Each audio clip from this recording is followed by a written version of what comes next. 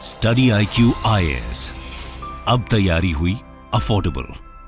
नमस्कार दोस्तों एक बहुत बड़ा डेवलपमेंट हुआ है अरुणाचल प्रदेश के अंदर। प्राइम मिनिस्टर नरेंद्र मोदी जी पहुंचे अरुणाचल प्रदेश आज सुबह और उन्होंने वहां का पहला ग्रीन फील्ड एयरपोर्ट, सोच के देखिए, आज़ादी को लगभग 70 साल से ऊपर हो गए हैं और अरुणाचल प्रदेश का पहला ग्रीन फील्ड एयरपोर्ट अब जाकर इनॉग्रेट हुआ है। इसके साथ साथ यहां पर एक हाइड्रो इलेक्ट्रिक प्रोजेक्ट है, उसको भी इनॉग्रेट किया गया। इन सब के बारे में आपको डिटेल से बताऊंगा और इसका सिग्निफिकेंस क्या है वो मैं आपको समझाने की कोशिश करूंगा। काफी कुछ जानने को है, चलिए आगे बढ़ते हैं। लेकिन उसके पहले ध्यान रखिएगा दोस्तों, अगर आप यूपीएससी की तैयारी कर रहे हैं तो आपके पास अच्छा मौका है स्टडी IQ के साथ जुड़ने का, क्योंकि हम यहां पर बेस्ट एजुकेटर्स के द्वारा जो पूरा फाउंडेशन है यूपीएससी का वो आपको तैयार कराते हैं। आपको हमारे वेबसाइट और ऐप पर जाना है और कोड इस्तेमाल करना है अंकित लाइव, ताकि सिर्फ 19,000 में ये पूरा कोर्स आपको मिल जाए। इसके अंदर आपको लाइव क्लासेस, मेंटरशिप, डायरेक्ट, आपको कभी भी कोई दिक्कत है, प्रॉब्लम है, आप अपने मेंटर से पूछ सकते हैं। इसके अलावा हैंड रिटन नोट्स हो गया, साथ ही साथ आंसर राइटिंग प्रैक्टिस आपके मेंस एग्जाम के लिए।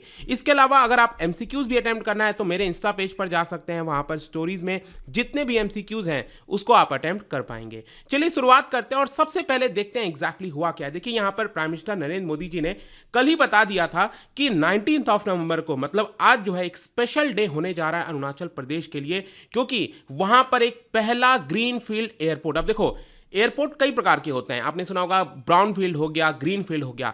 ग्रीन फील्ड का मतलब होता है कि एकदम स्क्रैच से, मतलब कि एक ऐसे जमीन पर जो कि अंडर डेवलप्ड है, वहां पर कुछ नहीं है, आप एकदम स्क्रैच से कोई एयरपोर्ट बना रहे हो तो उसको ग्रीन फील्ड एयरपोर्ट कहा जाता है। अगर मान लो पहले से अगर ब्रिटिशर्स के टाइम में कोई ऐसा टर्मिनल था, छोटा सा बिल्डिंग था, उसी को डेवलप करने की कोशिश की जा रही है तो वो आपका ब्राउन फील्ड में आ जाता है। लेकिन यहां पर हम बात करें ग्रीन फील्ड एयरपोर्ट, ये अरुणाचल प्रदेश का पहला होने वाला है। और क्या आपको पता है कि अरुणाचल प्रदेश की जो कैपिटल है ईटानगर, वहां पर अभी तक कोई एयरपोर्ट नहीं था और अब जाकर फाइनली यहां पर एयरपोर्ट लाया गया। और इसका नाम ध्यान रखिएगा, यह है डोनी पोलो एयरपोर्ट। मैं इसका मतलब भी आपको समझाऊंगा, डोनी पोलो का मतलब क्या होता है। और ये ईटानगर से 25 किलोमीटर दूर है। यहां पर मैं गूगल मैप में सर्च कर रहा था तो ईटानगर के सदर्न साइड में यहां पर ये एयरपोर्ट आपको थोड़ा देखने को मिलेगा। 25 किलोमीटर की दूरी के आसपास बताया जा रहा था। और ये जो एयरपोर्ट है काफी इंपॉर्टेंट रोल प्ले करने का है अरुणाचल प्रदेश का रेस्ट ऑफ द कंट्री के साथ जो कनेक्टिविटी है।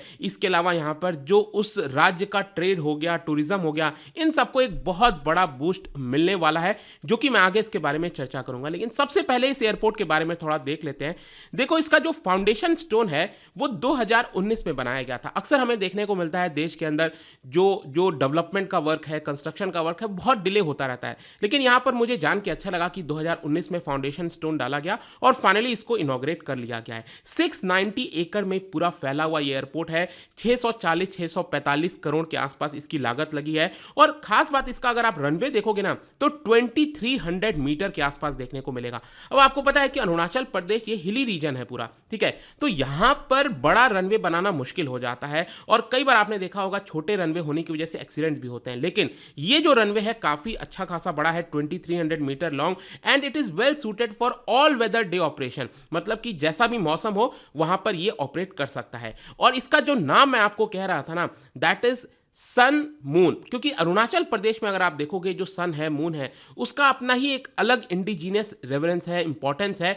और ये जो डोनी पोलो एयरपोर्ट है, तो डोनी का मतलब होता है सन और पोलो का मतलब होता है मून, तो कहीं ना कहीं उसी के रिच कल्चर को, ट्रेडिशंस को दिखाने की कोशिश की जा रही है। इनफैक्ट इसका अगर आप पूरा टर्मिनल भी देखोगे, जो जहां पर पूरा बिल्डिंग होता है, वो भी आपको वहीं के स्ट्रक्चर के जैसा आपको देखने को मिलेगा। और स्पेशली बताया जाता है कि यहां पर ग्रीन एनर्जी को प्रमोट करने के लिए जो एनर्जी एफिशिएंसी होता है उसको ध्यान में रखते हुए ज्यादा से ज्यादा सनलाइट आराम से एंटर करे, बहुत ज़्यादा लाइट जलाने की आवश्यकता ना पड़े, जो रिसाइकलिंग ऑफ रिसोर्सेज होता है, इन सब चीज़ को ध्यान रखते हुए ये एयरपोर्ट बनाया गया है। अब यहाँ पर अगर आप देखोगे एयरपोर्ट के सामने यहाँ पर लिखा है होलोंगी हवाई अड्डा। अब देखो, होलोंगी क्या है कि वो एक जगह है ईटानगर से 25 किलोमीटर दूर, मैंने आपको बताया ना नीचे है थोड़ा सा, ठीक है, तो ये होलोंगी वहां का जगह है, उसी के वही यहां पर लिखा हुआ है, तो कंफ्यूज मत हो जाना। इस एयरपोर्ट का एक्चुअल जो नाम रखा गया है वो है आपका डोनी पोलो एयरपोर्ट, ठीक है।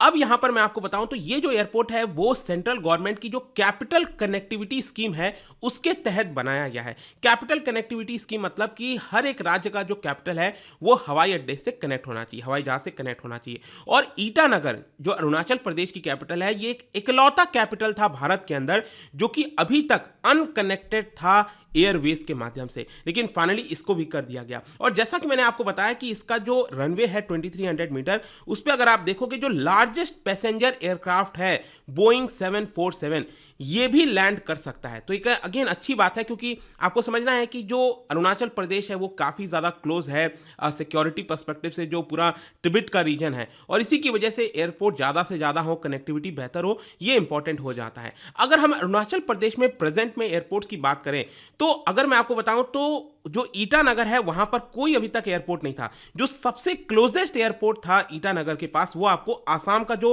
नॉर्थ लखीमपुर जो डिस्ट्रिक्ट है वहां पर देखने को मिला था, और इसकी दूरी लगभग 80 किलोमीटर के आसपास थी। और ये जो डोनी पोलो एयरपोर्ट अब बनाया गया है वो अरुणाचल प्रदेश का 4th ऑपरेशनल, आप ध्यान से समझिएगा, जब से 2014 से यहां पर अगर आप देखोगे तो लगभग 7 एयरपोर्ट डेवलप किए गए हैं अरुणाचल प्रदेश में, लेकिन ये 4th ऑपरेशनल एयरपोर्ट है। आगे चलकर धीरे धीरे और भी कई जगह पर जो एयरपोर्ट्स हैं उसको यहां पर जो लॉन्चिंग है, जो इनॉग्रेशन है वो आपका किया जाएगा। तो ये तो एयरपोर्ट के बारे में बात हो गया, लेकिन इसके साथ साथ प्राइम मिनिस्टर नरेंद्र मोदी जी जब पहुंचे वहां पर अरुणाचल प्रदेश में, उन्होंने एक और बहुत ही ज्यादा इंपॉर्टेंट प्रोजेक्ट को लॉन्च किया। बेसिकली यहां पर एक लॉन्च इवेंट था that is regarding 600 megawatt Kameng hydro power station. अब ये स्टेशन कहां पर आपको मिलेगा मैं आपको बताता हूं। ये अगर आप पूरा अरुणाचल प्रदेश देखोगे तो इसका जो वेस्टर्न साइड है, भूटान के साथ ये जो डिस्ट्रिक्ट आपको देखने को मिल रहा है सटा हुआ, वो है आपका वेस्ट कामेंग। तो इसी पर्टिकुलर डिस्ट्रिक्ट में ये जो पर्टिकुलर हाइड्रो पावर स्टेशन है 600 मेगावाट का, इसको यहां पर डेवलप किया गया है और लगभग 80 किलोमीटर में पूरा ये प्रोजेक्ट फैला हुआ है। इसकी कॉस्ट देखिए 8,450 करोड़ के माध्यम से इसको बनाया गया है, और इसका मेन मकसद है कि अरुणाचल प्रदेश को पावर सरप्लस स्टेट बनाया जाए। और इसकी वजह से क्या होगा कि जो एक कमिटमेंट है भारत का ग्रीन एनर्जी इनिशिएटिव्स की तरफ, वो यहां पर आगे बढ़ेगा, और साथ ही साथ नेशनल ग्रिड में भी यहां पर स्टेबिलिटी लाने की कोशिश करेगा, इंटीग्रेट कर देगा, नेशनल ग्रिड से इसको ज्वाइन कर दिया जाएगा। अब ये सारी चीजें हमने देख ली, एयरपोर्ट हो गया, हाइड्रो इलेक्ट्रिक प्रोजेक्ट हो गया, इन सब का सिग्निफिकेंस क्या है, ये इतना ज्यादा इंपॉर्टेंट मायने क्यों रखते हैं। देखो अरुणाचल प्रदेश, मैंने आपको जैसा बता रहा था कि it shares a sensitive border with north. अगर आप नॉर्दर्न साइड में देखो तो Tibet autonomous region of China के साथ इसका मिलता है, और उसका जो नेचर है, जो अबंडेंस ऑफ नेचर आपको अरुणाचल प्रदेश में देखोगे, जो उसकी ज्योग्राफी है वो अभी भी बहुत ज्यादा अनएक्सप्लोर्ड है। इसका मेन कारण है पुअर कनेक्टिविटी। तो जैसे जैसे एयरपोर्ट्स हो गए, रोड्स हो गया, हाईवेज हो गया, ये बढ़ता जाएगा तो यहां पर जो कनेक्टिविटी है, और एक तो हम कहते हैं ना कि तो जो एलिनेशन सा फीलिंग आता है कि ये नॉर्थ ईस्ट रीजन है, पहले बहुत ज़्यादा ध्यान नहीं दिया गया, लेकिन कहीं ना कहीं जब कनेक्टिविटी बढ़ जाती है तो अपने आप में आप देखने को मिलेगा कि एक बहुत बड़ा चेंज आ रहा है, लोगों के पर्सपेक्टिव में चेंज आ रहा है। क्योंकि नॉर्थ ईस्टर्न लोगों की जो हमेशा से डिमांड रही है कि जो रेस्ट ऑफ द कंट्री है वो उतना ज़्यादा तवज्जो नहीं देता था, लेकिन कहीं ना कहीं अब जिस प्रकार से इंफ्रास्ट्रक्चर का प्रोजेक्ट्स का काम हो रहा है, जिस प्रकार से चीज़ें हो रही हैं, वो एक बड़ा बदलाव का संकेत है। इस पूरे रीजन को पहले सिक्योरिटी पर्सपेक्टिव से देखा जाता था, और इसी की वजह से जो डेवलपमेंट है वो कभी भी फोकस में नहीं आता था। यहां पर क्या है कि ज्यादातर हम देखते थे चाइना क्या कर रहा है, उधर म्यांमार की तरफ से इंसर्जेंसी हो रही है, नहीं हो रही है, तो उसी के ऊपर फोकस होता था। इनफैक्ट लाल कृष्ण आडवाणी जो कि डेप्यूटी प्राइम मिनिस्टर रह चुके हैं भारत के, 2003 में वो विजिट पर गए थे, और वहां पर उन्होंने यहां पर एक रिमार्क बोला था कि जो डेवलपमेंट के ऊपर हम फोकस नहीं करते हैं, ये जो हमारा अप्रोच है कहीं ना कहीं वो चेंज होना चाहिए, और वही चेंज आपको अभी इस समय बदलता हुआ देखने को मिलेगा। ईज ऑफ लिविंग में जो है एक बड़ा बदलाव देखने को मिलेगा। ये साफ साफ दिखता है जब कई सारे हाईवेज, रेलवेज, एयरपोर्ट और टेलीकम्युनिकेशन नेटवर्क ये सब बिछाए जा रहे हैं पूरे नॉर्थ ईस्ट रीजन के अंदर। एक मैं आपको एग्जांपल देता हूं, बोगीबील ब्रिज, ये आपने सुना होगा, इसका इनॉग्रेशन किया गया था 2018 में, लेकिन क्या आपको पता है कि इसका कंस्ट्रक्शन का काम 2002 में ही शुरू हो गया था, लेकिन बार बार कुछ ना कुछ डिलेज आ रहे थे, प्रॉब्लम्स आ रही थी। उसके बाद आप फाइनली जाकर कह सकते हो कि जब मोदी गवर्नमेंट सेंटर पे आई तो उन्होंने बहुत ज़्यादा इसके ऊपर फोकस किया और जो काम है इसका तेजी से बढ़ाया, और फाइनली 2018 में जाकर लॉन्ग डिलेज के बाद इसका इनॉग्रेशन कर दिया गया था। तो ये कहीं ना कहीं आपको एक बड़ा चेंज देखने को मिलेगा। ध्यान रखिएगा, ये जो बोगीबील ब्रिज है, यहाँ पर आपको नीचे ट्रेन भी जा सकती है और ऊपर जो है वो हाईवे बना हुआ है, ठीक है।